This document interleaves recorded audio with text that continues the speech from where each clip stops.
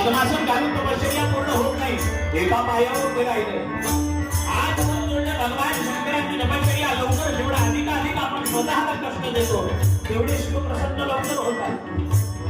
मुंडनची माळ साज, मुंडनची माळ साज.